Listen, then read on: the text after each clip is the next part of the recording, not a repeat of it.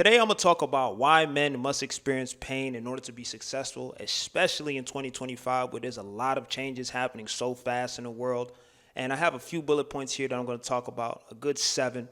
So, the first one being, nobody is coming to save you as a grown-ass man.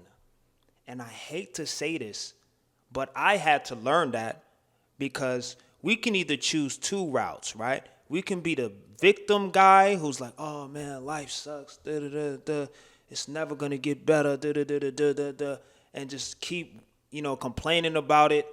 Or we can be the person that complains about it and then tries to move forward and do something, a different approach to something to get different results, right? It's different if you're a person that complains and actually does work to change the situation.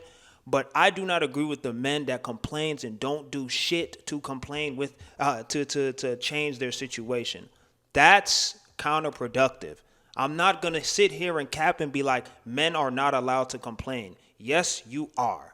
That's why we have the highest rates of, you know what I'm saying, I can't say the word, but we have the highest rates because we are not allowed to express our emotions without being judged for it or looked at as weak, right? And that's why I want to reaffirm and say nobody is coming to save you, especially as a grown-ass man.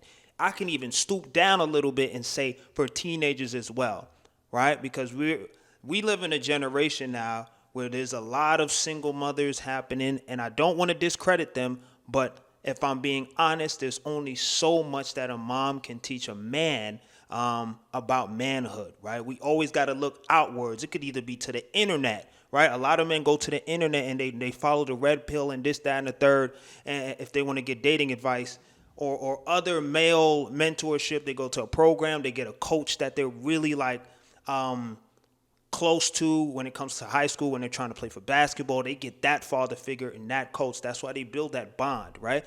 But 9 times out of 10, you really can't go to, even with a father figure, like there's going to be some battles, they're going to be like, hey, you put yourself in that situation, you got to learn how to get out. And the reason why I say this is because if you keep saving somebody time and time again, right? Say, for example, I used to be a dude in high school, right? This was a very powerful moment for me, right? It sucked when it happened, but I learned a lot from it. I was the kid in high school that always would ask people for money, right? I had this one friend that was like, hey, man, I ran out of cash. I remember we was at the Poconos, and we was on a trip. I was like, hey, man, I need you to hold me down for the last day of the trip. I'm broke right now. Everybody had jobs. I tried to get a job. Didn't quite work out. I was shooting music videos and doing gig work. So I would get a large sum of money, but I didn't really stash it well. I didn't budget well, so it's my fault. But at the time, I'm like, hey, could I get, so-and-so like $20? I'll pay you back, right?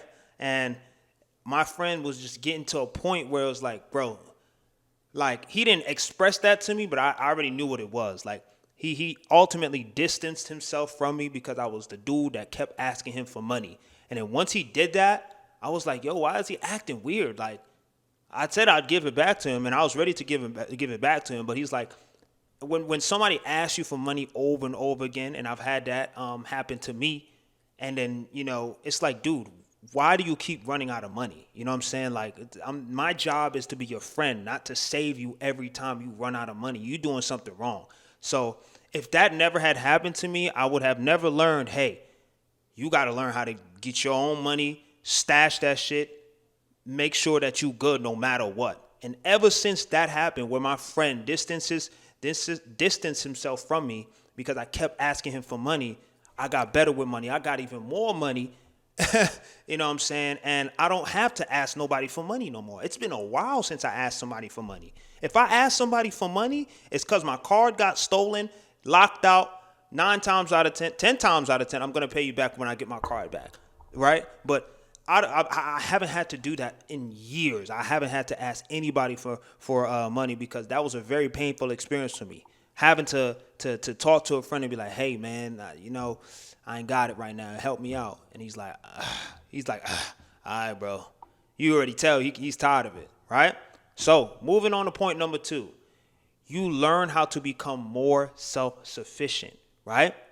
This is a perfect example here.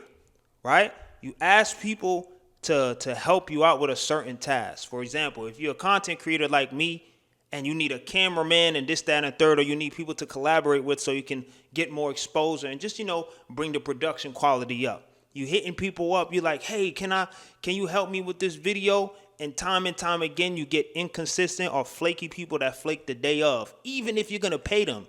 So now, even if I'm working with some of my friends, I'll be like, hey, bro, I'll pay you so-and-so. Pop out. You know what I'm saying? I make sure like there's some kind of win for them so that if they come help me with a thing, it's like a even exchange, right? I don't just be like, hey, come help me with this. Unless it's like a dear friend of mine that I'm like, yeah, if he has time, he'll do it, right? But now it's like you could be like my brother. I'll be like, hey, I need you for like 2 hours. I'll pay you to help me shoot this video. You know what I'm saying? And I'll pay them like $300 for the day. You know what I'm saying? I remember I first came to Houston. I met this dude because I went to Sakai by myself. I met this dude. He was mad cool. And I was like, yo, I want to shoot this video like next week where I go around at the Galleria and ask random people to play Uno, but I need a cameraman, right? You don't have to be the best cameraman. I just need somebody to capture the footage and I'll edit it. I'll pay you. He was like, bet. I'm with it. We shot the video, got it done, and boom, boom, boom, boom, right? But even in moments like that, it's like the reason why I do a lot of solo content and I know how to edit. I know how to do thumbnails. I know how to do make music. I know how to shoot my own music videos. Like, I know how to do the whole shit. You know what I'm saying? It's because most of the times when I ask people to help me with something, they were not there to assist me, even though they said they would do it. The day will come around and then they're like, nah, something came up. Or most of the time they'll just flat out ghost you. They don't even say shit till the next day. Oh yeah, I broke my leg. The fuck? What you mean you broke your leg, twin? I saw you on somebody else's story doing a whole backflip, but you ain't post that day because you're trying to be low key, act like you was bedbound, right? So people will go lengths to kind of like not fulfill or help you, you know what I'm saying? And then when they need something, people will be like, yo, could you help me with something? Nah, you remember that one time I needed your help? I'm good, right? So I'm very selective on who I help, and it's based on whatever, was reciprocated to me, right? So because I was a big people pleaser, I was a big person that's like, hey, I can help you, I can do, right? But then I realized like a lot of my friendships stemmed around what could I do for somebody else, and I wasn't getting nothing back from me. And that's my fault. Not gonna lie. It's my fault because I said yes to everything, right? And I didn't respect my own time, right? But I still got my own things done. Boom. Moving on to point number 3. You learn that pain is a powerful emotion you can transmute to get things done, right? What do I mean by that? Say, for example, right? This is a perfect example. You get with a girl. You guys are together for 8-9 months, and randomly she cheats on you and breaks your heart, and like a piece of your soul is like missing, right? Because you guys basically merged lives together you seen each other every day, talking every day, and now it's like you lose a good friend. You know what I'm saying? And this all of a sudden it's like you don't know how to operate or just be normal or be happy, right? So every time I've lost out on a girlfriend or something like that, or someone that I really love or had a good relationship with, I always channel it. This is the way that I deal with it, right? I would spend countless hours working on a project just so I would not feel the pain of the breakup, right? I would keep myself occupied, and I know a lot of men do this already, but some of us will sulk in it. And I'm not saying you're wrong for doing that, but it's like you might as well like just try to get something good out of the situation, right? Perfect example, the randemic, right? When everything was clocked down. I'm not trying to say the words because yellow flag of death. I'm not trying to minimize anyone's situation as well, but a lot of people could have capitalized on that situation because everyone was, especially people who want to be in the content creator space. I made the most money on YouTube, right? During the randemic. Not gonna lie, right? And I showed you guys this. I showed you my $15,000 a month on my main channel when I made $15,000 in 1 month. If you want to look at that, I'll probably put the video at the end of this video, right? That was the year I made like 200,000 on YouTube. I stashed a good amount on in my account, so I'm good for a while, right? But that's besides the point. But a lot of people was just like, life is over. I don't know what to do. Meanwhile, I'm like, shit, this is fucked up, right? But I'm so used to shit being so fucked up. I'm like, all right, how do I turn this into a good situation? Because I'm growing up in a lot of adverse situations where I'm basically raising myself. Not to discredit my parents, right? Because I don't want to do that. But I didn't have the emotional support that I needed, and like the reassurance that it's okay to be me. You know what I'm saying? Even when I told them like, hey, I want to dance as a career and da-da-da-da-da, I was dyeing my hair, I was getting my ears pierced. You know, I have Caribbean parents. So once they see you trying to do anything artistic, they're like, nah, we don't jack that. You know what I'm saying? And then you see you dyeing your hair and do all that, you're the son of Satan. You know what I'm saying? You're the son of Satan. You know what I mean? Even when I went to my mom's house like about a week ago, right? I just came back because I'm currently on tour with DeVito. So I'm doing a couple shows, right? She was like, oh my God, Joel, I love when your hair is black. Literally the next day, I dyed my hair blue.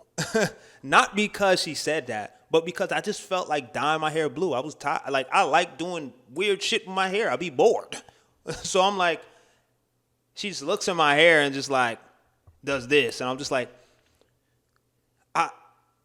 people's going to judge you regardless of what it is, right? So learning how to thrive in these situations and not allow it to budge you or sway you any kind of way, you will learn how to find gold in fucked up places, man. You know what I'm saying? So please find a way to transmute that painful experience into something that's positive. Learn a lesson from it. Become a better version of yourself from it. This leads me on to my fourth point. It makes you more resilient to bullshit, which means like when something bad happens or something like you just unexpected happens, it's like you become like kind of numb to the bullshit, right? Zombie to it, right?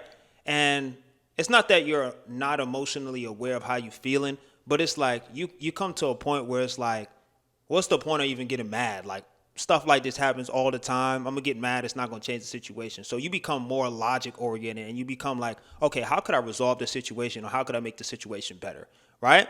And that can be a double-edged sword, especially when you're dealing with like women, if we want to talk about that, because sometimes they just want to vent about their problems and they don't want to solve it. Right? And that's where like that mindset could be like, it could be bad because if you always trying to solve a problem and they're simply just they want you to listen, that could be like, oh yeah, sometimes I just want to talk to him, but he just always want to like give me a solution. Like, you know, unsolicited advice can be annoying sometimes when people just want you to be a listening ear. So just to go back on the whole transmute pain into something positive, if you stray too far into that direction as well, you can negate the lessons you have to learn from that experience as well. So I'm saying get things done while you're in that energy, but if also take time to reflect on, okay, why did it happen? What can I learn from this? What should I not do again? Because the situation is your fault as well in some way, shape, or form.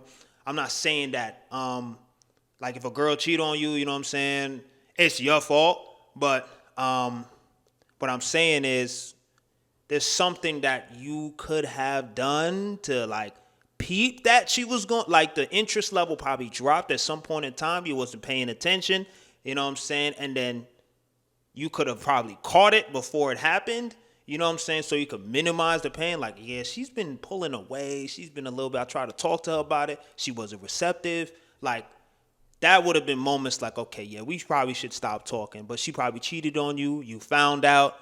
And it was never even supposed to go down like that. Not justifying the cheating. Cheating is wrong. If you cheat, to me, break up immediately. I don't care if we 20 years down the line. I'm good. It's just one of those things you just don't do, right? Because a relationship is a commitment that you chose to do. No one's pointing a gun to your head saying, hey, you have to be with me. You can say yes or no, right? People's hearts change. I understand that. If that happens, have a conversation. If you guys want to part ways, cool. No problem, right? But cheating and going out your way to do scummy stuff like that, crazy work, especially when if the other person is being good to you, right? Because you want a new experience. But anyways, going on to my fifth point. You can spot patterns and predict when something bad is going to happen when you experience a lot of painful moments or a lot of adversity, right? So there's a lot of people who are very quiet and they're very observant, right?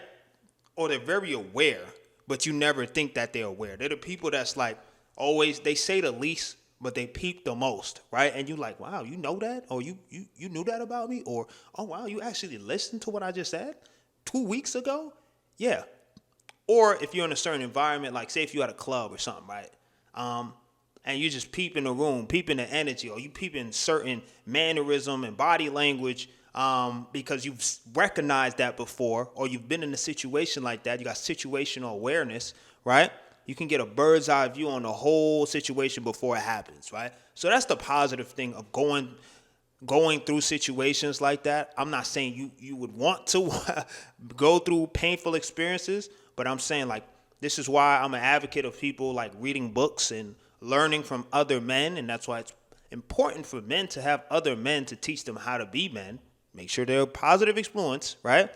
Because they can literally tell you, okay, based on this, that, and the third, she probably doesn't like you, right? If you want to talk about dating, for example, if a shorty is taking too long to text back, and you thinking you got to sway yourself and suave yourself a certain way to convince her to like you, 9 times out of 10, if she does not have that burning desire, as Rekha says, she don't want you, right? So don't waste your time because you're trying to convince somebody to like you. You cannot convince them to like you no matter what you do. You can give them $1 million. You will get used. They don't like you, right? And you can only learn that from, one, it happened to you, or someone else enlightens you about it, or someone tells you about it, like myself, and you still go about and learn, and you still try to touch the fire anyway, even though they say, hey, don't touch the fire, it's going to be hot. You know what I'm saying?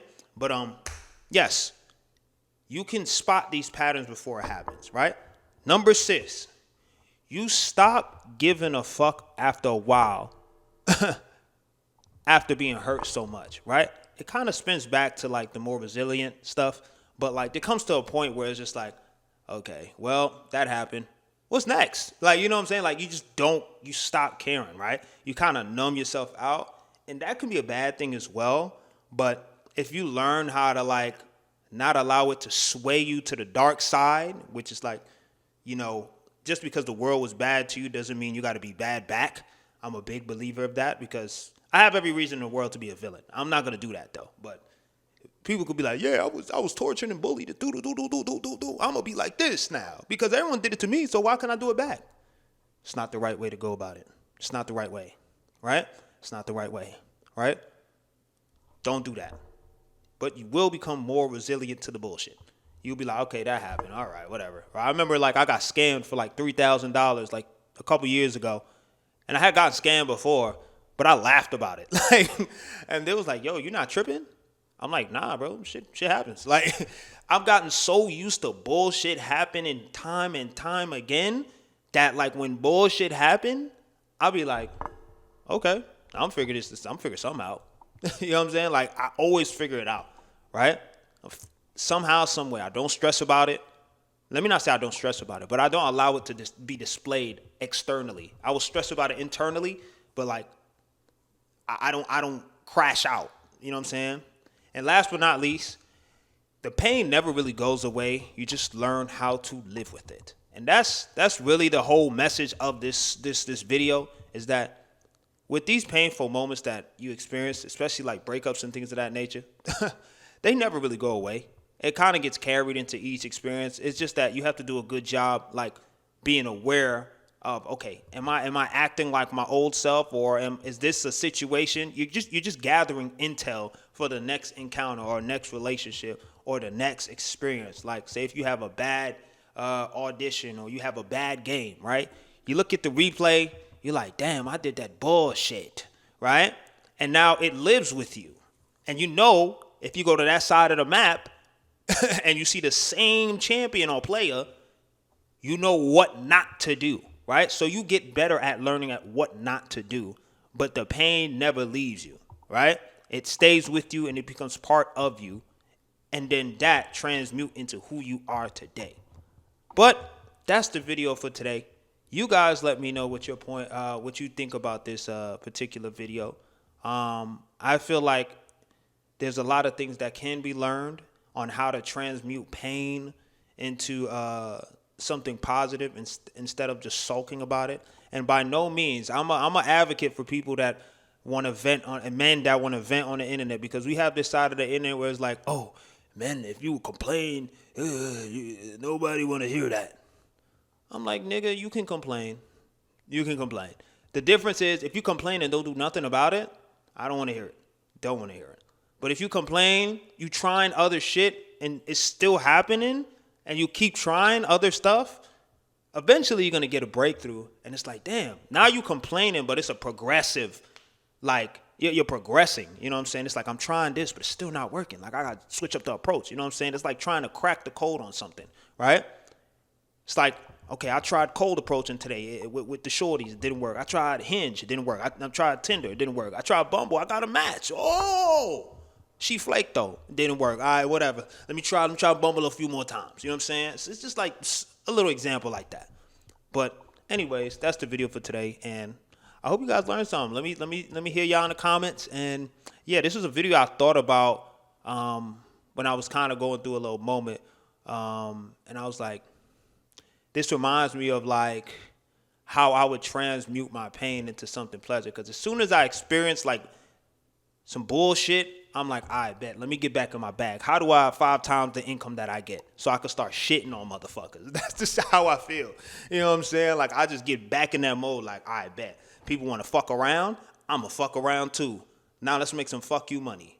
Pardon my French, right? That's just how I feel. I'm going to learn how to level up. Every time some fuck shit happen, I'm going to learn how to level up. That's just how I am. I'm going to sulk about it. I'm going to be like, yo, I ain't going to lie. That joint pissed me off. A tear going to come down, maybe 2, but I'm going to level up every time. Every time. Every time. But with that being said, love y'all. Subscribe, like, and comment.